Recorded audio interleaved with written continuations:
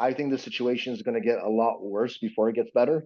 Yeah. To tell you the truth, numbers internally, I could say transactions are down over 90% year over year. You don't see too many, podcasts and stuff talking about this.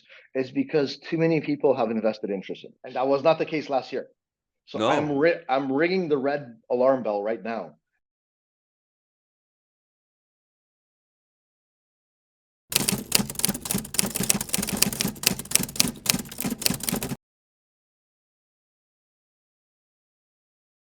Absolutely. So actually, what I kind of predicted that on a different podcast.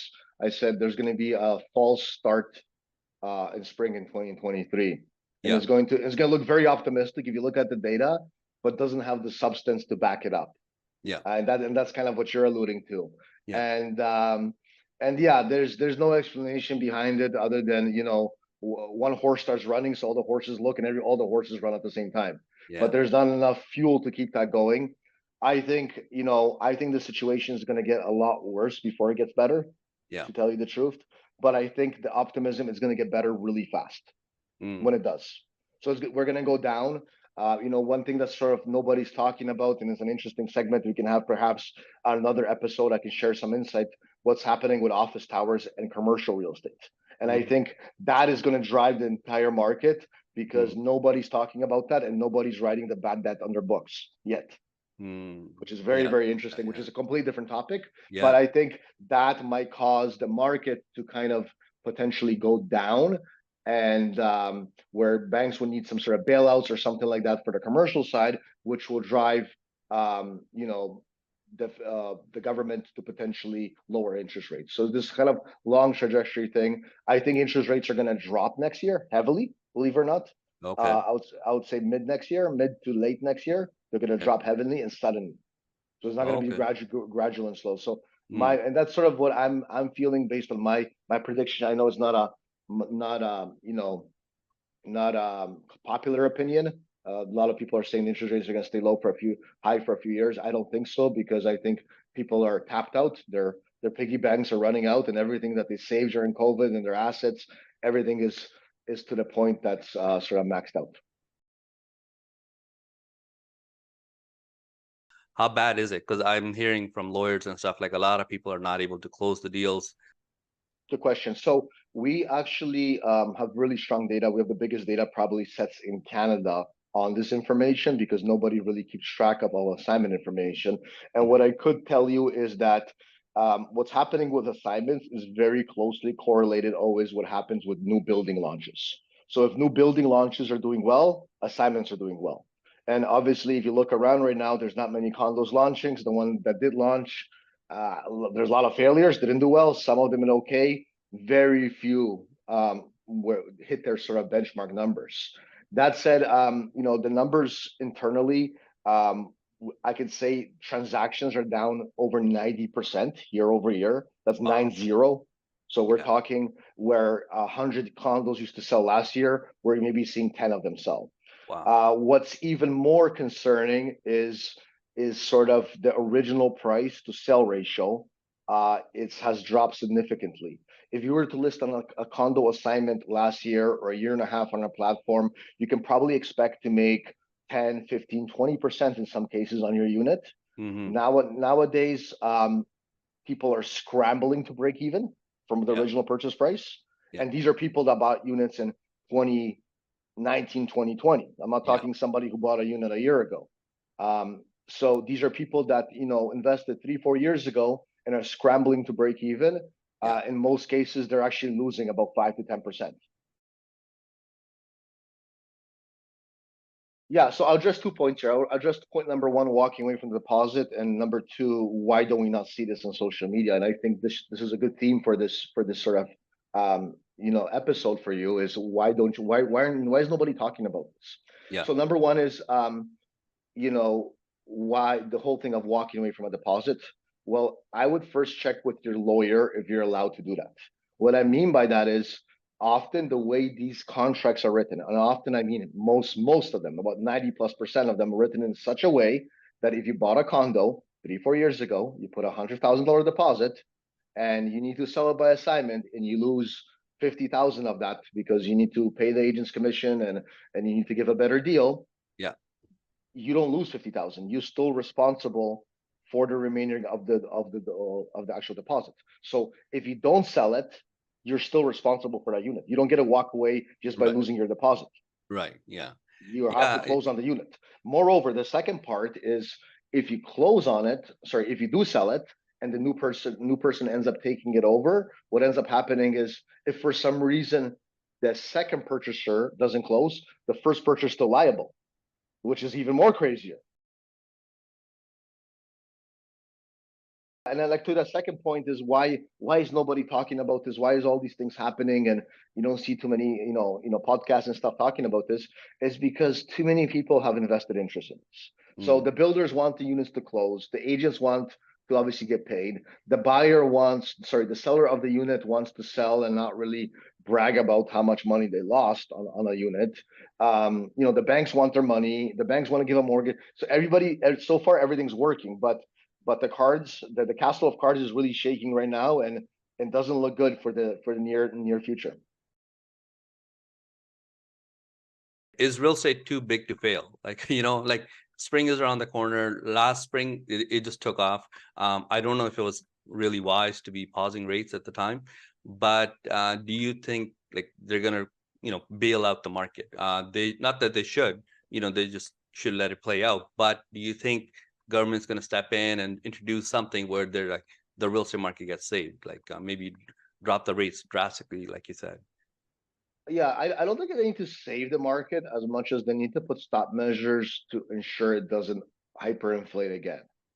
I don't think there's much savings needed because usually the people that are in trouble are the ones who are greedy. And Right. unfortunately, the market needs to sort of, play its course with those people, so to Yeah. speak. That said, I think that the market, like I said, the government's not going to necessarily step in to save people as much as it's going to make it possibly harder. And this would be my advice for the government if I was running government, for investors to own second, third, fourth residential properties. Right. That's the issue, because you have a lot of retail investors owning 3, 4 properties. They're the ones propping up the prices of the market and of the sale market and of the rental market at the same time. Yeah. So I think putting some sort of healthy stop measures. I'm not saying to the point that they don't ban it. I'm not saying to that point, but maybe a small tax, a small thing where, not everybody dumps all their assets, all their money into real estate. There's a saying that goes, Canadians are high on real estate, right? Like that's all we invest in. Like there's nothing else. Like there's no major Fortune 500 company that's around right now that hasn't been here for over 50 years. Like everything's old. No, we're not investing in technology. We're not investing in medicine. We're not investing in infrastructure. All we're investing is real estate, real estate, real estate. And at a certain point, I think we have to learn as a nation to diversify a little bit, and especially from the retail side, and get into different things. And I think it's time for that as a country if we want to be prosperous in the future. For the assignment listing that you're getting on your platform, like how many days on market are they sitting? Like, what are you kind of seeing? Because over on the regular MLS, like resale market, we're seeing like listings sitting for like 30 to 60 days. And October was actually even slower than September, slower than the summer, and about where we were in the winter time, like for homes sold. So like any data that you're seeing, like how the market has changed drastically since this spring? Yeah, absolutely. So this is going to completely shock your audience. Okay. The most common, I don't see, once again, I want to differentiate. This is not the average. This is the most common scenarios. The listing sits for 180 days and expires, which is the maximum time allowed on Brokerpocket. Yeah. Wow. That's how bad the market is. Wow.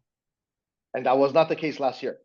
So No. I'm ringing the red alarm bell right now and saying, if Yeah. you need to sell a condo, you need to be priced cheaper than everybody else. Don't look at everybody else and say, oh, I wanted that guy's, 400,000, the other guy's 420, so I'm going to go 410.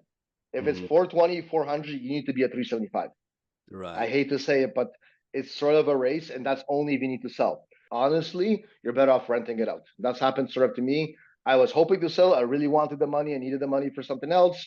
I just shuffled my priorities around. I said I'm not going to be taking $100,000 less than what I was expecting a few months ago, simply because the market has changed, right? So this is real advice. If you need to sell, you need to price it aggressively. As simple as that. Yeah. I know people don't want to hear that, and I know people sometimes, they could have got more 6 months ago or a year ago, and all that's true. But if you need to, you need to price it aggressively. Alternatively, I do recommend most people to rent it out. That's the most common scenario. Yes, you're going to take a hit for a while, but I do think the interest rates will return to some sort of lower, maybe not the 2% we had before, but perhaps something in the, I don't know, in the 3 to 4% range, which will be healthy for a market and will make the economics work. So right now it comes down to, you got to make your assignment look appealing. I talk to agents still. There are people looking for assignments. But they're looking for deals. Right. Unless the numbers make sense and say, wow, that's a deal. And a deal is not simply what you paid for it, and now you got to sell. A deal's how it compares to all the other listings in the market. That's one. And second thing, I would also give your sort of viewers some advice is, if you bought an assignment this year or bought a condo this year, last year, the year before, pretty much anytime before January 1st, 2021, you're pretty much not going to be able to sell it right now, because the prices have dropped so significantly that it erased your entire deposit. Oh yeah, for sure. Yeah. So just right away, if you bought the condo after Jan, if there's anything they can take away from this, you bought the condo after Jan 1st, 2021, it's going for lease. See, when I was started selling precons back in 2012. So what are we looking at? 11 years ago now, right? When I was licensed back in the days, and the general rule was kind of like, I even remember the rough numbers in Mississauga. A resale 1+ den unit would sell for approximately 250, 260, 100,000, and pre-construction would sell for 270 to 290. So people would say, why are you buying precon for 10, 20, $30,000 more for the exact same unit? Well, the idea behind it was that by the time the precon is ready, 3-4 years from now, the market is appreciating, where that original resale unit that was 250, 260 is suddenly worth 350. And that narrative played out really well for maybe 7-8 years. And always, the precon was always priced slightly more than resale. The resale would come in, the market would rise, and the precon people would make money. And on average, they would make, I've seen some exceptional cases, but I find a lot of agents also exaggerate how much their clients make and whatnot. Like in reality, people would make between 100, I would say between 80 and maybe $200,000 on these precon units, which is a lot of money. Don't get me wrong. For staying passive, for not doing anything. For not doing anything, yeah. But at the same time, I think with the rising interest rates and everything that's happened, the numbers no longer work for investors, right? So these people that bought these precons, you have to understand, you're either selling to someone who is going to be buying it to live inside, or someone who's going to be renting it out. And what happens on the rental side is that the interest rates to carry that property are so expensive that they almost double your mortgage, and the economics no longer work, where a unit would be carrying costs back in the days cost you $3,000 a month, and it'll maybe rent for $2,800 or $3,000, so kind of break even. Now that same unit is maybe renting for slightly more, maybe $3,100, $3,200, but the carrying costs are $5,500 on that unit. So if all things go well, the landlord ends up paying $2,000 out of their pocket every month, right? So it's a difficult pill to swallow. And I think the investors are spooked. That's really what's happening in this market, and they're kind of taking a step back, and kind of observing what's going on. Yeah, so actually, my advice would be to buy an assignment, not to buy a precon. Right now, the price discrepancy between what the builders offer and what some of these assignments are being offered is massive. Before, it used to be very close. But you have to remember, these people often are in a position where they have to sell, right? So what ends up happening to most people is, if they don't sell, they just put it up for lease. And majority of those people don't have a problem leasing. And so it sort of carries some of their cost in the pitch every single month.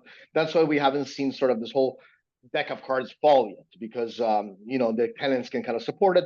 And to be very clear, the tenant landlord market is very strong. Like it's Yeah, very easy yeah, to lease properties. yep, There's no issues whatsoever on that side. It's yeah. just the selling is a little trouble. So that said, like if someone's looking for investment and has some money to invest, assignments are a great deal right now. There's a lot of definitely a buyer's market. There's definitely time to step in and buy something under market. You know, especially if you're putting a solid down payment down, bring those carrying costs down. I think someone can do actually very well, to be honest, in this market.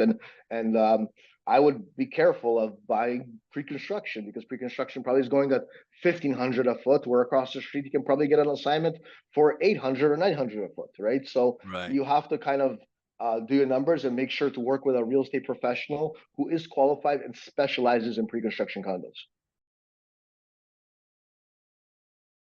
If somebody's looking at assignment sales, like what are like maybe top 2, 3 tips that you can give, like to watch out for, like a lot of the general public might not be aware of? Anything kind of Yeah, red flags? absolutely.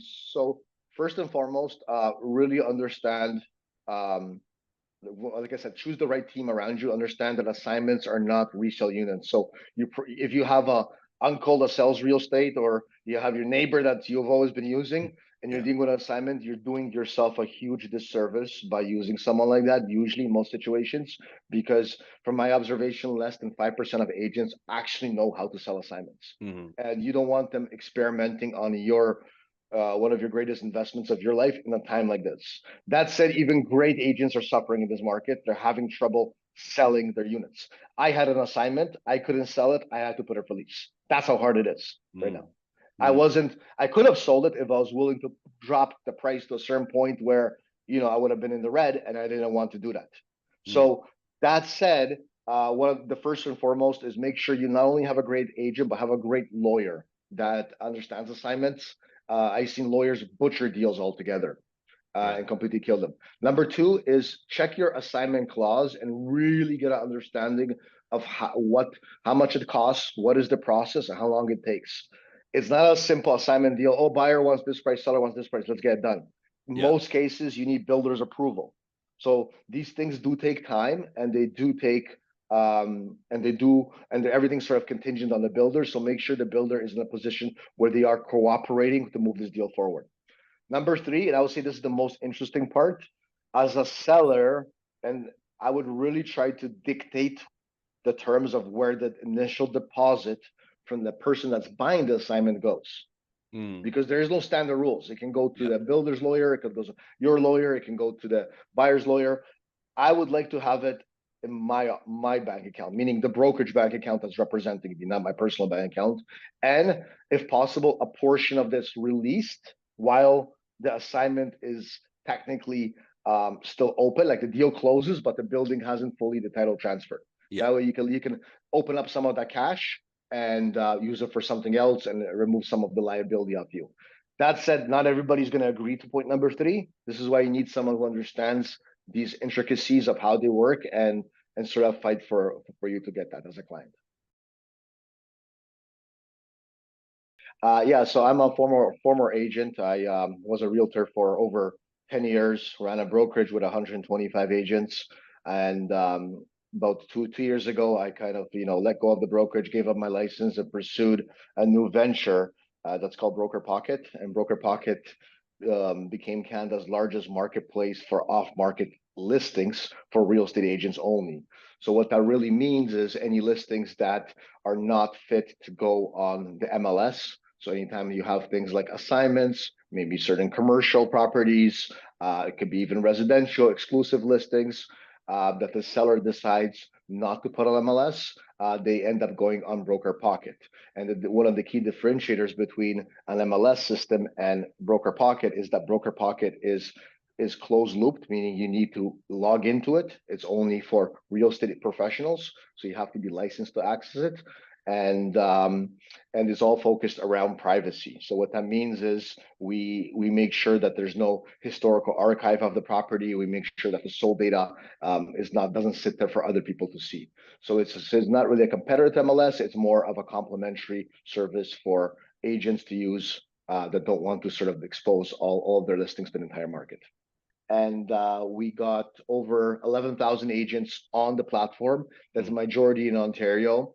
It's 100% free to join, the basic version that we have right now. And essentially, if you haven't, just go to brokerpocket.com, join the platform. It's a great way to connect with other agents, and it's a great way to get either exposure for your listings that don't go on MLS, or access to additional listings that you might not find anywhere else. Right. And if you are an end user, like a buyer or a seller, and wondering what Brokerpocket is and how to get on it, the best way is just get in touch with any agent, ask them about Brokerpocket, and they can sign up and they can give you access to those listings. It doesn't cost them any money. It's not a marketing scam, nothing like that. We don't take anything. We're just trying to create a community of connected agents. Perfect. Okay. Thanks, Eric. Now, before we go, full disclosure, he was my previous boss, and I used to think that I know a lot about SEO and pay-per-clicks, all that kind of stuff, until I met Eric. And like the stuff he knows, his knowledge, it's just out of this world. So that's why I wanted to have him on, because he can provide like an unbiased view of what's happening in the market. Because if I talk to just some agents, they'll be like, oh, yeah, it's fine, it's fine. So that's why I want to bring him on. So thanks, Eric, for doing this. And yeah, maybe on another episode, we'll talk about the commercial side. Absolutely, Vic. Okay, Thanks for having me, and pleasure to be on, and looking forward to perfect. more episodes. All right, Cheers. thanks, Eric. See you.